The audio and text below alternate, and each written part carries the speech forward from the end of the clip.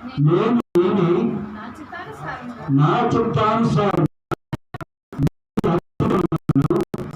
తుడిచివేయుచున్నాను. నేను నీ పాపములను జ్ఞాపకము చేసుకున్నాను. అది యెషయా గ్రంథం 55:7 కూడా చూద్దాం.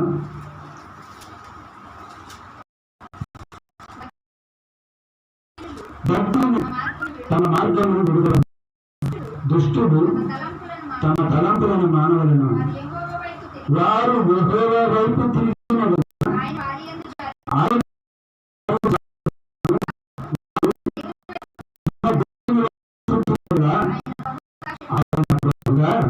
క్షమించను. క్షమ గురించి ఈరోజు మాట్లాడుతున్నాడు. ఆయన ఏమంటున్నాడు? నేనే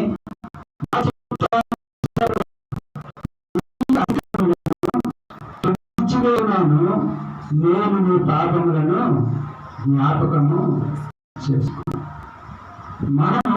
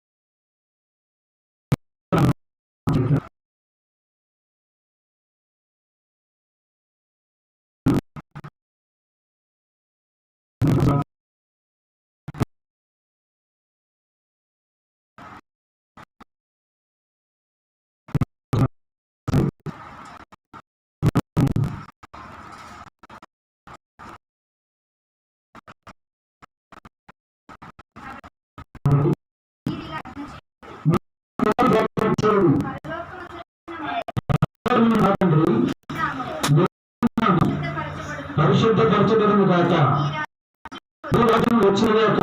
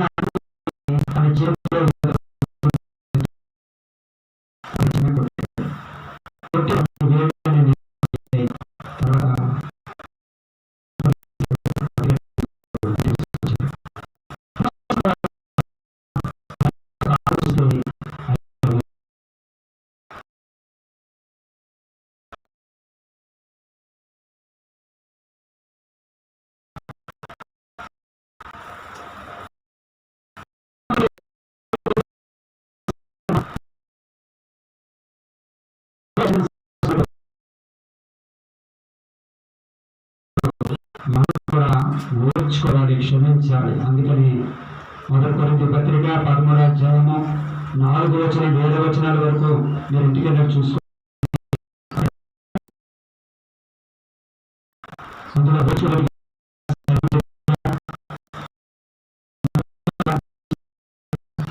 ఇవన్నీ విషయాలు అంటే ఒక మనిషిని క్షమించాలి అంటే ఆ మనిషిలో ప్రేమ కలిగి ఉండాలి.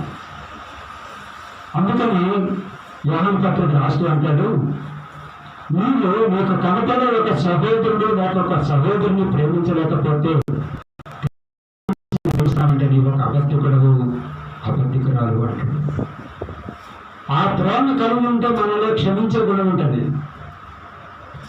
తండ్రి అయిన దేవుడు నరావతారుగా పంపించినటువంటి యేసుక్రీస్తు వారు ఆయన ఎవరు ఇబ్బంది పెట్టినా, ఎవరు బాధ పెట్టినా, ఎన్ని హింసలు పెట్టినా ఆయన ఏమన్నాడంటే, తండ్రి మీరు ఏం చేస్తున్నారు, వీరెక్కడి కాక క్షమించండి అన్నాడు. ఆయన చాలాసార్లు సువార్త ప్రకటిస్తూ ఉపమానాలు చెప్తూ ఉన్నాడు. ఉపమానాలు చెప్తే అది మనుషులకి సులువుగా అర్థమవుతుందని అంత మాత్రమే కాకుండా అది మైండ్లో ఏదైపోతుంది. ఒకసారి ఒక ఉపమానాన్ని మనం చూడగలిగినట్లయితే మనం త్వరగా చూద్దాం. మత్తయి సువార్త 18వ అధ్యాయము 21-34 వచనాల వరకు ఉన్నటువంటి అక్కడ ఒక ఉపమానం కనపడుతుంది. మత్తయి సువార్త 18వ అధ్యాయం అక్కడ ఉపమానం కనపడుతుంది. ఏమంటారంటే 21వ వచనం చూస్తే, ఆ సమయంలో పేతురు ఆయన ఎదురుకు వచ్చి, ప్రభువా, నా సహోదరుడు నా దగ్గర తప్పిదం చేసినలా నేను ఎన్ని మార్లు అతను క్షమించగలను? 7 మార్లు మట్టుగా అని అడుగుతుంది. అందుకు యేసు అతనితో ఇట్లా 7 మార్లు మట్టుకే కాదు 70 మార్లు మట్టుకని నీతో చెప్తున్నా. అంటే ఒకడు తప్పు చేస్తే ఎన్నిసార్లు క్షమించాలి? 1 సారా, 2 సార్లా, 7 సార్లా అంటే కాదు, 70 మార్లు మట్టుకని. అంటే బ్రతుకు కాలమంతా కూడా మన కీర్తనలోనే 90 కీర్తనలు చూస్తాం కదా, నరుల ఆయుష్కాలము 70 సంవత్సరాలు, అధిక భాగం ఉంటే 80 సంవత్సరాలు. అందుకే ఏమన్నాడు, 70 ఏళ్ళ మట్టుకంటే నువ్వు బ్రతుకున్నంత కాలం క్షమించాలి. భార్య తప్పుగా చేసిందా, భర్త క్షమించాలి. భర్త తప్పు చేశాడా, భార్య క్షమించాలి. బిడ్డలు తప్పు చేశారా, తల్లిదండ్రులు క్షమించాలి అని ఈ యొక్క వచనాల్లో మనం చూస్తాం. కిందకు వచ్చేటప్పటికి అక్కడ ఒక 2 మనుషుల గురించి చెప్తాడు. ఒక మనుషుడేమో అతను 10,000 తలాంతులు అప్పున్నాడంట. అతని వద్ద ఏమీ లేనప్పుడు అది యజమాని దగ్గర సాగులు పడినప్పుడు యజమాని అన్నాడంట, వాడిని విడిచిపెట్టేశాడు. విడిచిపెట్టేట్టు ఆ దాసుడు బయటికి వెళ్ళి తనకు అక్కడ అప్పున్నాడంట. అతనికి ఎంత తప్పుందో చూడండి ఒకసారి. కిందకు వస్తే అతను ఏమంటున్నాడంటే, 100 దేనారాలు వచ్చి ఉన్న తన తోడి దాసుల్లో అతను చూసి గొంతు పట్టుకుని మీరు అప్పున్నది చెల్లించమని దేవుని స్తోత్రం. హల్లెలూయా. ఇక్కడ ఇతనికేమో ఎంత ఉందంట, మొదటానికి ఎంత ఉంది? 10,000 తలాంతులు. తలాంతులు అంటే ఇంచుమించుగా 3,600 రూపాయలు. 3,600 ఇంటూ 10,000 కనుక మీరు కాల్కులేట్ చేస్తే అంత పెద్ద అప్పుని ఆయన యజమాని విడిచిపెడితే దేనారం అంటే ₹10 అతనికి ఎంత చిన్న అప్పు? 3 దేనారాలు అంటే ₹100 ఎంత? ₹50. లక్షలప్పు పడుతుందా? ₹50 అప్పు పడుతుందా? ఈ లక్షలప్పు వెళ్ళి పెట్టేసాడు. మీరు ఏం చేస్తున్నాడు? ₹50 నేను గొంతు పట్టుకుని నువ్వు నాకు చెల్లించుకుంటున్నాడు. ఈ విషయం తెలిసింది. తెలిసిన తర్వాత నువ్వు ఆఖరికి చెల్లించే వరకు చెరసాల్లో ఉండమని చెప్పి వీడిని శిక్ష విధించారు. అంటే ఒక తప్పు చేసినటువంటి వ్యక్తి దేవుడు క్షమిస్తే, ఒక చిన్న తప్పు చేసిన వ్యక్తిని మనం క్షమించలేకపోతే పెద్ద తప్పు చేసిన మనం కూడా శిక్ష అనుభవించాలని యొక్క ఉపమానాన్ని బట్టి మనం తెలుసుకోగలుగుతున్నాం. లూకా సువార్తలో కూడా ఉపమానం చెప్తాడు, మనందరికీ తెలుసు తప్పిపోయిన కుమారుడు సంగతి. తండ్రికి 2 కుమారులు ఉన్నారు. పెద్దవారు తండ్రితో ఉన్నాడు, కానీ చిన్నవాడు తండ్రి దగ్గర నుండి తన ఆస్తిని అడిగి భాగాన్ని తీసుకుని దూరదేశానికి వెళ్ళి నేను బాగుపడతాను అనుకుని అక్కడ దుర్వ్యాపారం చేసి మొత్తం అంతా పోగొట్టుకున్నాడు. ఆ దేశంలో కరువు వచ్చినప్పుడు, అక్కడ ఆకలితో అలమటిస్తున్నప్పుడు పందులు మేపే వాళ్ళ దగ్గర చేరి ఆ పందులు తినే పెట్టుతో తన కడుపు నింపుకొని చూడాలి, కానీ అది కూడా అతనికి దొరకనప్పుడు అప్పుడు బుద్ధి వచ్చిందండి. అడిగి బుద్ధి వచ్చి, అయ్యో నా తండ్రి ఇంటి దగ్గర ఎంతో పనివారు సంతృప్తిగా పనిచేస్తున్నారు కదా, నేను నా తండ్రికి నేను కుమారుని అనిపించుకోవడం నేను యోగ్యం కాను, నేను తండ్రికి పర్లోకుడు దేవునికి విరోధంగా నేను పాపం చేశాను కనుక నా తండ్రి దగ్గరికి వెళ్ళి నేను ఒక దాసునిగా ఉండాలని కోరుకుంటానని బయలుదేరి వెళ్ళాడు. దూరం నుంచే తండ్రి చూశాడు, అదిగో తప్పిపోయిన కుమారుడు వచ్చాడు, ఆడు 2 వస్త్రాలు తీసేయండి, ఆడు కాపులు కాళ్ళకు చెత్తలు నిర్మించండి, మరి వారికి శుభ్రంగా స్నానం చేయించి చక్కని వస్త్రాలు కట్టి వాడిని కూర్చోబెట్టండి. చచ్చిపోయిన కుమారుడు తిరిగి వచ్చాడు, తప్పిపోయిన కుమారుడు దొరికాడని కొత్త ముందు చేస్తాడు. అదే మనం అయితే అప్పుడేం చూపించగలమా? కనుక నాడు గేలేసేది ముందు ఉన్న ఆస్తి అంతా బతికిపోయాడు, ఇంకా ఇక్కడ ఏముంది, ఏం పక్కన చూపించడానికి వచ్చాడు నువ్వు అని మనం అక్కడి నుంచి మెడపెట్టి గింటేస్తాం. కానీ పరలోక తండ్రి మనం ఎన్నో తప్పులు చేసినా దినమే కూడా క్షమిస్తూ ఉన్నాడు. దేవుని స్తోత్రం. అందుకని యెషయా అంటాడు కదా, మేఘల వల్ల ప్రభుత్వ దివారాత్రులు కూడా నా చేతులు చాస్తూ ఉన్నాను. అది క్షమాగుణం, అది ప్రేమ అంటే. ఎన్నోసార్లు మనం దేవుని సన్నిధి దూరంగా పోతూ ఉన్నాం, ఎన్నోసార్లు దేవుని మాటను ధిక్కరిస్తూ ఉన్నాం, ఎన్నోసార్లు ఆయన ప్రేమను చులకనగా చూస్తున్నాం. అయినా కూడా ఆయన క్షమిస్తూ ఉన్నాడు, క్షమిస్తూ ఉన్నాడు. ఎప్పటి వరకు అంటే మన అంతిమ శ్వాస వరకు, ఆయన ఆఖరి వరకు కూడా మనం క్షమిస్తూనే ఉన్నాడు.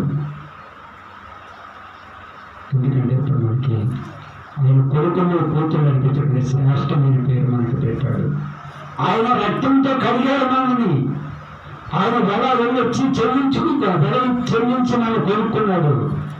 ఏంటా వెల అంటే ఆయన అమూల్యమైన రక్తం. అందుకని మనకు ఒక 4 నుంచి పేరు అన్నాడు మొదటి పేతురు గ్రంథంలో 2వ అధ్యాయంలో. ఏంటి ఆ మాదిరి? నేను ఎలాగైతే క్షమించాను, నేను ఎలాగైతే ప్రేమ చూపించానో, నేను ఎలాగైతే వివేక చూపించాను, నేను ఎలాగైతే దేవత్వం చూపించాను అని చెప్పేసి ఆయన ఒక మాదిరి చూపించాను. అందుకని ఆయన అన్నాడు, తండ్రి మీరేం చేస్తున్నారో మీరు ఎరుగురు కనుక వీరిని క్షమించాను. దేవాది దేవుడు అటు మాట్లాడాడు, మరొక వ్యక్తి కూడా అదే మాట మాట్లాడాడు. ఎవరు ఆయన? ఎవరికైనా గుర్తుందా? రాళ్ళతో కట్టబడుతున్నప్పుడు స్టెఫన్ మాట్లాడాడు ఆ మాట, అవునా కదా? కొర ప్రాణంతో మాట్లాడాడు. తండ్రి ఆత్మని అప్పగించుకుంటున్నాను, ఈ వారంలో పాపం మీరు మీదకి నాటకము మీరు క్షమించమని స్టెఫన్ చెప్పాడు ఆ మాట. స్టెఫను సంపూర్ణంగా దేవుని ఆత్మతో నింపబడ్డాడు, దేవుని ప్రేమతో నింపబడ్డాడు, దేవుని చిత్తానికి తన ప్రాణాన్ని అర్పించుకుంటూ ఈ మాట మాట్లాడాడు. మనం క్షమించగలుగుతున్నాము, ఓర్చుకోగలుగుతున్నామా కనీసం? అంటే చిన్న మాట అంటే 10 మాటలు అనకపోతే నా పేరు డాష్ అంటే ఉప్పుగారం తిన్న వాడు ఊరుకుంటుందా? మాట అనకపోతే అస్సలు. కానీ ఆయన క్షమించాడు.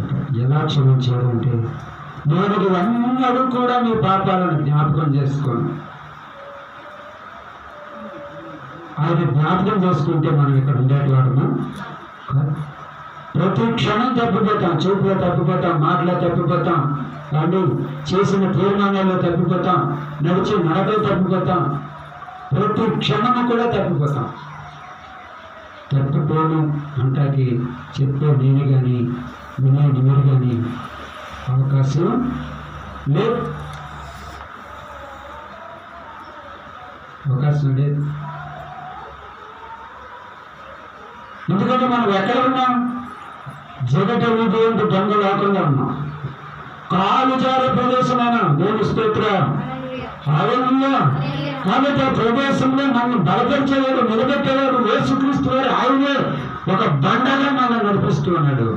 అంత మాత్రం కాకుండా ఆయన కృంగిన వారిని లేవనెత్తేవాడు, పడిపోయిన వారిని ఉద్ధరించే దేవుడు. ఎన్నోసార్లు మనం పడిపోతున్నప్పుడు, ఎన్నోసార్లు కృంగిపోతున్నప్పుడు ఆయన హస్తంతో మనం లేపే దేవుడు. దేవుని స్తోత్రం. హల్లెలూయా. మనం చాలాసార్లు అనుకుంటుంటాం, నేను చాలా భక్తిపరుడిని, నేను చాలా భక్తిపరుడాన్ని, నేను ఆదివారం ఆరాధనకి వెళ్తున్నాను, పాటలు పాడుతున్నాను, ఆరాధన చేస్తున్నాను, వాక్యాన్ని చదువుతున్నాను, వాక్యాన్ని వింటున్నాను అని అనుకోవచ్చు.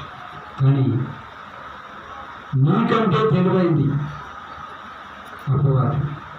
అది ఎక్కడ ఎలాగా నిన్ను పడదయ్యాలో, ఎక్కడ ఎలాగ నిన్ను ఈ భక్తిలో నుండి పాడు చేయాలో ఎప్పుడు కూడా అది కాపు కాస్తూనే ఉంటుందంట. అది ఎలా ఉంటుందంటే గర్జించే సింహంవలే ఎవరిని మరింగుతున్నా అని తిరుగులాడుతూ ఉంటుందంట.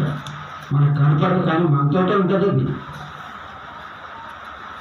కానీ అటువంటి హస్తాలకి మనల్ని అప్పగించకుండా ఆయన ఎప్పుడూ కూడా ఆయన రెక్కల చాటున మనల్ని భద్రపరుస్తూ ఉన్నాడు. కొన్నిసార్లు అనుకోవచ్చు, ఏంటి ఇన్ని సంవత్సరాలు నేను మందిరానికి వెళ్తున్నా, ఇన్ని సంవత్సరాలు నేను ప్రార్థన చేస్తున్నా, ఏం కార్యం జరగట్లేదు, నేను మందిరానికి వెళ్ళను అని అనుకోవచ్చు. కానీ ఆ స్థితిలో కూడా నేను విడిచిపెట్టాడు. దేవుని స్తోత్రం. హల్లెలూయా. నాకు తెలిసిన ఒక సహోదరుడు, ఆయన నాకు ఒక రాత్రి ఫోన్ చేశాడు, మధ్యరాత్రి కాలంలో ఫోన్ చేసి, అన్నయ్య గారు నా కోసం ప్రార్థన చేస్తున్నాను, ఇంకా నా కోసం చేయొద్దు అన్నాడు. ఏమన్నా? నేను మందిరం మానేశానండి, దేవుడు ప్రార్థన చేయడం మానేశాను, నేను చక్కగా హ్యాపీగా లోపల తిరుగుతున్నాను అన్నాడు. వారం రోజులు ఇక్కడ మళ్ళీ నాకు ఫోన్ చేశాడు, అన్నయ్య గారు నేను తప్పుగా మాట్లాడాను, ఇప్పుడు నా ఇంటి చుట్టూ శత్రువులు చుట్టుముట్టారు, దిక్కు తాచలేదు, నా ప్రాణం ఏమవుతుందో తెలియట్లేదు, గొప్ప గొప్ప రౌడీస్ నా చుట్టూ కాశారు, ప్రార్థన చేయను అన్నాడు. ఎప్పుడు రాత్రి రెండింటికి నిరమోకాళ్ళు వేసి ప్రార్థన చేస్తే ఒక్కడ కూడా ఇంత హాని చేయకుండా వెళ్ళిపోయారంట. దేవుని స్తోత్రం. మళ్ళీ తమోపంగా చెప్పాడు, రాత్రి ఏం చేశారో తెలియదు కానీ ఇంటి చుట్టూ కాపలా కాసిన వాళ్ళు ఇంత మాటగా ఇంత అపాయం చేయకుండా వెళ్ళిపోయాడు. ఎవరైతే ఒక అప్పుడు తనకున్న డబ్బుని బట్టి, తనకున్న పరిస్థితిని బట్టి విర్రవయ్యాడు. కానీ ఆ విర్రవీయడం టైంలో కూడా దేవుడు అతను విడిచిపెట్టలేదు. కానీ ఎప్పుడైతే మొట్టిగా తగిలినప్పుడు మళ్ళీ దేవుడి పాదాల దగ్గరికి అతనే వచ్చాడు. హల్లెలూయా. ఒకవేళ అటువంటి మాటలు మనం మాట్లాడుతుంటే దావీదు అంటాడు కదా, ప్రభువా నా పెదవులకు చిక్కం పెట్టయ్యా, నా పెదవులను కాల్చు, నా నాలుకను కాల్చు, నన్ను క్షమించు. మనకు తెలుసు దావీదు దేవునికి విరోధంగా పాపం చేశాడు. అయినప్పటికీ కూడా దేవుని సన్నిధిలో ఒప్పుకొని విడిచిపెట్టినప్పుడు దావీదుని దేవుడు క్షమించాడు. అయ్యా మరలా నాకు రక్షణ మరలా దయచి, సమ్మతికర మనసు నాకు దయచి, ఈ పరిశుద్ధాత్మ నా నుండి త్రోసేకు అని ఒప్పుకోడు ప్రార్థన చేశాడు. దేవుని స్తోత్రం. దేవుడు వెంటనే కూడా ఆయన్ని క్షమించాడు. ఇక్కడ చిన్న తప్పు చేసినటువంటి దాసుని, పెద్ద తప్పు చేసినటువంటి దాసుని యజమాని క్షమిస్తే, చిన్న తప్పు చేసిన వేరొక దాసుని, ఆ పెద్ద తప్పు చేసిన దాసుడు క్షమించలేకపోయాడు. ఈ యొక్క వర్తమానాల ద్వారా మనం తెలుసుకోవాల్సిందంటే చిన్న తప్పైనా పెద్ద తప్పైనా తప్పే కానీ చేసిన ఎవరినైనా దేవుడు క్షమించగలిగి ఉన్నారు. దేవుని స్తోత్రం. హల్లెలూయా.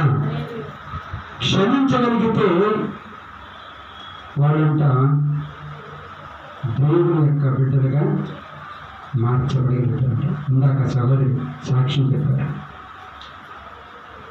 తల్లిదండ్రులకు వాదన కలిగించేవాడు. తల్లిదండ్రులు నాకు వినేవారు కాదు. కానీ అక్కడికి వెళ్ళిన తర్వాత వాళ్ళ బాధలు, వాళ్ళ నానమ్మ వీళ్ళు పడుచున్న వేదన శోధన ఏంటో అర్థం చెప్పారంట. ఒక్క మాట మాట్లాడకుండా నేను మళ్ళా వెళతాను అని. దేవుని స్తోత్రం. హల్లెలూయా. హల్లెలూయా. నీ యొక్క విషయం, నీ యొక్క బాధ అంటూ, నీ యొక్క హృదయంలోని బాధ అంటూ ఆయనకు చెప్పినప్పుడు దేవుడు దానిలో ఇది నీకు కార్యం చేస్తాడు. అందుకని యెషయా-గ్రంథంలో ఒక మాట చెప్తాడు. యెషయా-గ్రంథం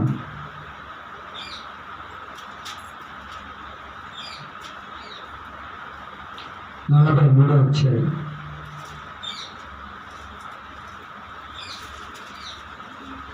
19వ వచనం చూద్దాం. ఇదిగో నేను ఒక నూతన క్రియ చేస్తున్నాను, ఇప్పుడే అది మరుచును, నేను దాన్ని ఆలోచింపరా.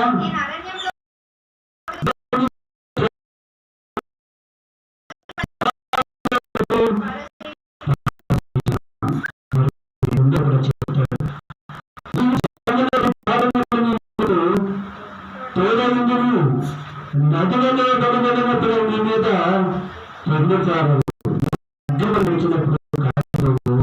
జ్వాలలు నిన్ను కాల్చెదరు. జలములలో పడి నీ వెళ్ళుమా, అవి మీద పారవు, అగ్నిలో నేను నడచిన జ్వాలలు నన్ను కాల్చజాలవు.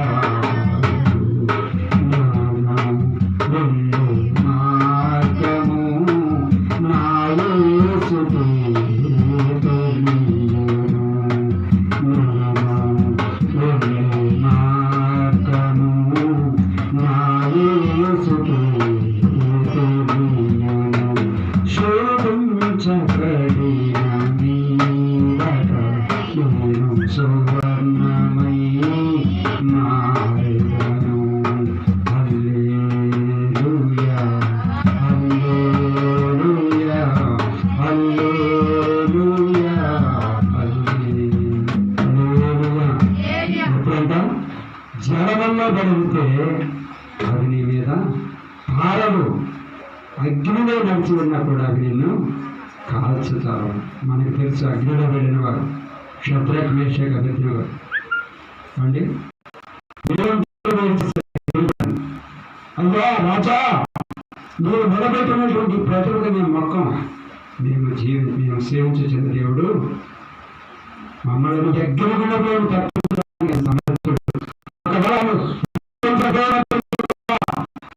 మేము పక్కమన్నప్పుడు అన్నట్టుగా అగ్ని ఏడంతలు పెంచినప్పుడు అగ్నిలో వేసిన వారు కాలిపోయారు. కానీ ఈ అగ్నిలోకి వెళ్ళిన వీరు వీరితో పాటు 4వ వారు కానివ్వండి ఏసీ గదిలో తిరుగుతున్నారంట. దేవుని స్తోత్రం. హల్లెలూయా. అగ్ని ఆలోచన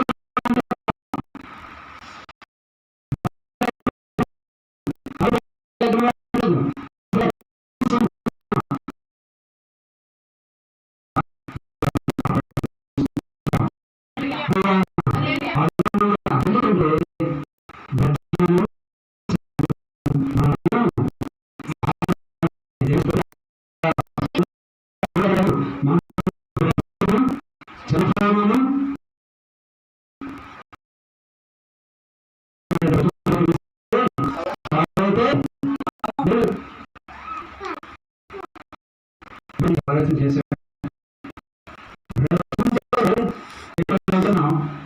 చనిపోయి కాలం దగ్గర ఉంటాం.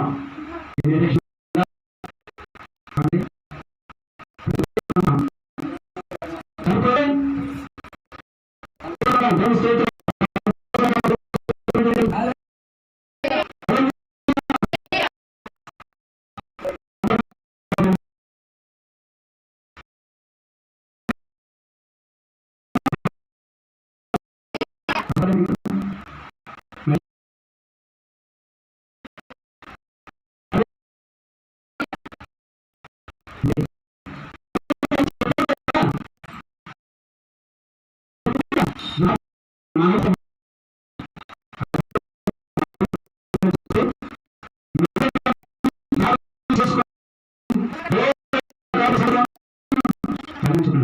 జ్ఞాపకం చేసుకుంటాం.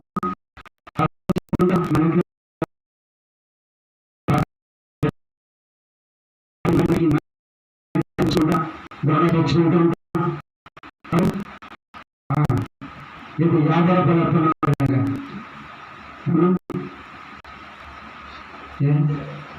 చేయలేదా చేయలేదు అని ఉండని అడుగుతారు, పిల్లల్ని అడుగుతారు ఎప్పుడు. అందుకని ఏమంటాడంటే కాపు పలుకు కానీ పాపం చేయకూడదంట.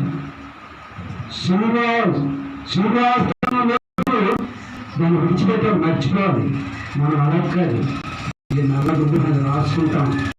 సంవత్సరాలు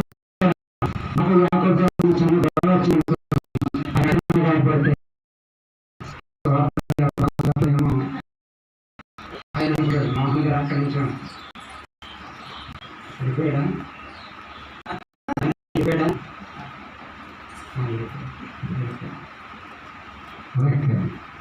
ఒకవేళ నిజంగా అటువంటి స్థితిలో ఉన్నా 100 రోజులు అన్నాం అనుకో, అవతల మనసు ఏమైపోతే కరిగిపోద్ది. స్తోత్రం. హల్లెలూయా. ఆయన మనకు ముఖం తిప్పుకునేవాడు కాదు, ఎంత పాపమైనా క్షమించదు. మనకి తెలుసు కదా, పాపాత్మురాలైన స్త్రీ అందరూ వచ్చారు ఆమె మీద రాళ్ళు అర్థము. మీలో ఎవరు పాపం మీద వాడు మొదటిరాయండి అన్నాడు. అందరూ కూడా చిన్న పిల్లలు మొదలుకున్న వృద్ధుల వరకు కూడా అందరూ ఉంటారంట. కళ్ళు పెట్టి చూశాడు, ఈ బోర్డులో ఏదో రాస్తూ ఉన్నాడు, చూశాడు. ఎవరిని శిక్షించలేదా? ఎవరు లేరయ్యా, అయితే నేను కూడా నేను క్షమించలేపో అని చెప్పేసి ఆమె క్షమించడం చేశారు. అందరూ చాలా కోపం చేశారు, కానీ వచ్చేసాం, కొట్టేద్దాం అలా ప్రతి ఒక్కరు కూడా పేరు వర్షం వచ్చేసాడు.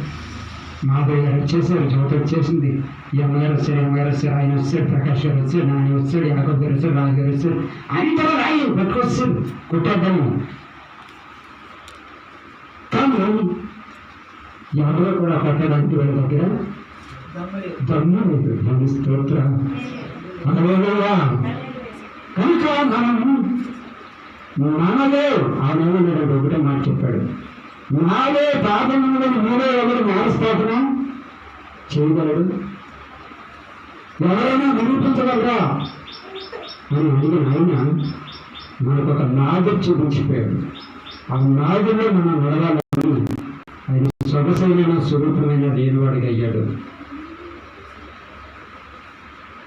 తండ్రి మీరేమి చేస్తున్నారో మీరు కనుక మీరు క్షమించండి.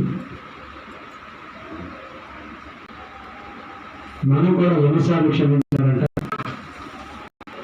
మనం దొడ్డాడు అన్నమాటకు అంటే బ్రతుకున్నంత కాలం క్షమిస్తూనే ఉండాలి. నాటి మాటికి దాన్ని జ్ఞాపకపడదంట. దేవుని స్తోత్రం.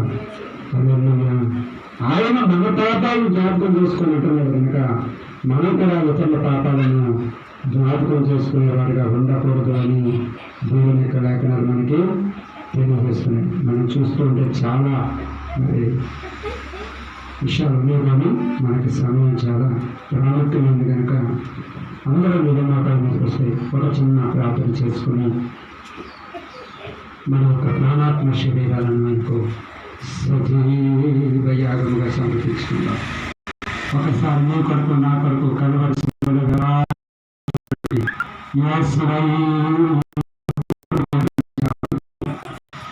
నాతో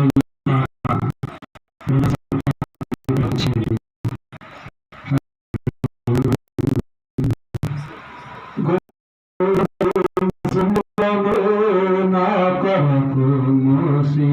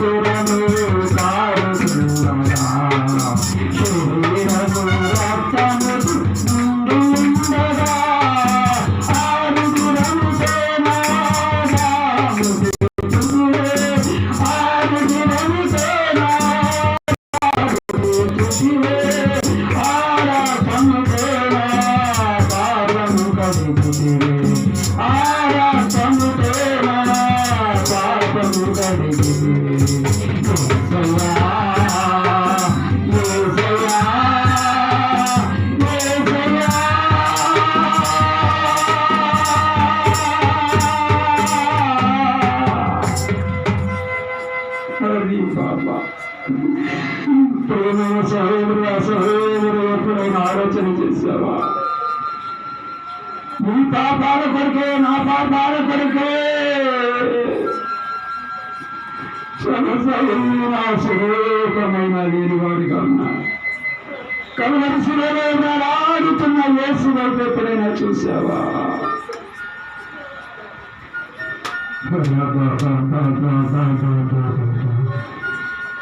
తన మీద పెట్టి కొట్టిన మళ్ళా కిరీటంలో నుంచి కారుతున్న రుదురం, కాళ్ళలో చేతుల్లో కొట్టినటువంటి ఆ యొక్క శిలలు, వీటంతా నాగలి చాలు, పక్కనే దయ్యపు తోట,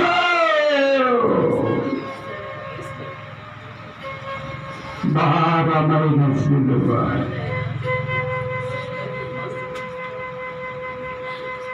శివుడు తిప్పుతుంది. ఆ కొండ వరకు ఆ శిలువని మొదలుకుంటూ వెళుతుంది.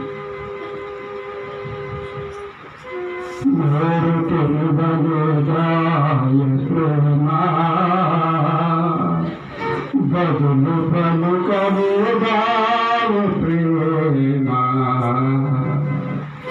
నోరు తెరువలేదాయ ప్రేమ,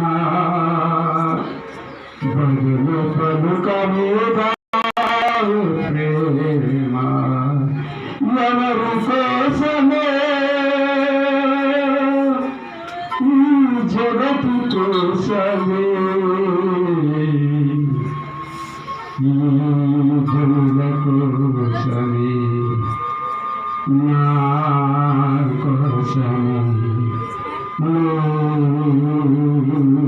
కోసమే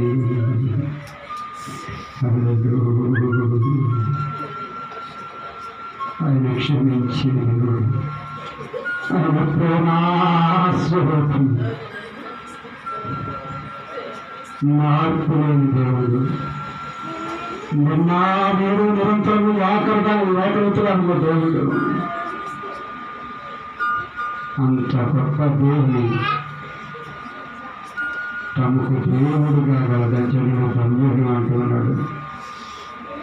లోకంలో ఎంతో మందికి నేను తమ్ముకు నాకు ఇచ్చాడు.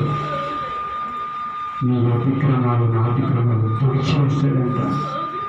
నువ్వు నా పాపానికి ఎన్నడూ కూడా జ్ఞాపకము చేసుకోను అంటాడు. నీకు ప్రేమను తృణీకరిస్తున్నావా?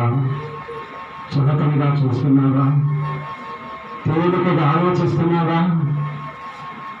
ఎప్పుడైతే ధైర్యంగా కృపాసనం దగ్గరికి వచ్చాం, కొత్త వర్షంగా రాబోతూ ఉన్నాడు, అప్పుడు నో ఛాన్స్, ఇక అవకాశం ఉండదు నీకు. ఇప్పుడు ఇదే ముఖ్యం అనుకోవాలి స్వామి, ఇదే రక్షణ. ఇంత గొప్ప రక్షణ నిర్లక్ష్యం చేసిన ఎలాగో తప్పించుకుంటా అగ్ని ఆడని ఇప్పుడు చాలని ఆ లోకానికి వెళతావా? సూర్య చంద్రులు అక్కలేని, వ్యాధి బాధ లేని, ఆకలి దప్పలేని, చీకు చింతలేని, గొర్రె పిల్ల దేశంగా అన్నటువంటి పరిశుద్ధుడు పరిశుద్ధుడు పరిశుద్ధుడు నిత్యము కోట్లాది బతులతో కెరుపులతో సిరుపులతో ఉదారపరిచి శుద్ధ సమర్పమైన బంగారు నిజంలో తిరుగుతూ ముఖాముఖిగా చూసి ఆ దిగనట్టుగా వెళతావా? అవకాశం నీకే పరిశుద్ధ ఆత్మ నిర్వహిస్తూ అన్నాడు. ప్రియమైన సహోదర సహోదరి, రేపేమి సంభవించడం నీకు తెలియదు. ఇదే ముఖ్యం అనుకోవాల సమయం, ఇదే రక్షణ గుణం కేకవేస్తూ ఉన్నాడు. మనం ప్రతిరోజు దురారాత్రులు కూడా చేతులు చాపుతూ ఉన్న దేవుడు ఇప్పుడు ప్రాంతం ముందు నన్ను కొలుస్తూ ఉన్నాడు. ఇంకా రక్షణ వారు రక్షణ పొందండి అమ్మా. రక్షణ పొందిన వారు నిజమైన ప్రేమలో ఆయనలో వేరుసారు వేరే నిజమైన ద్రాక్షలను మీరు పూజలన్నారు కనుక ఆ జీవికకు ఆ ద్రాక్ష వాళ్ళకి అంటుకట్టును ఫలించేటువంటి వారిగా ఉండడానికి మన కుటుంబాలను సంఘాలను పరిశుద్ధాత్మ శక్తితో నింపునట్లు దేవుడు వాక్యంలో నీటిలో దీవించి ఆశీర్వదించుగాక. ఆమేన్. ఆమేన్.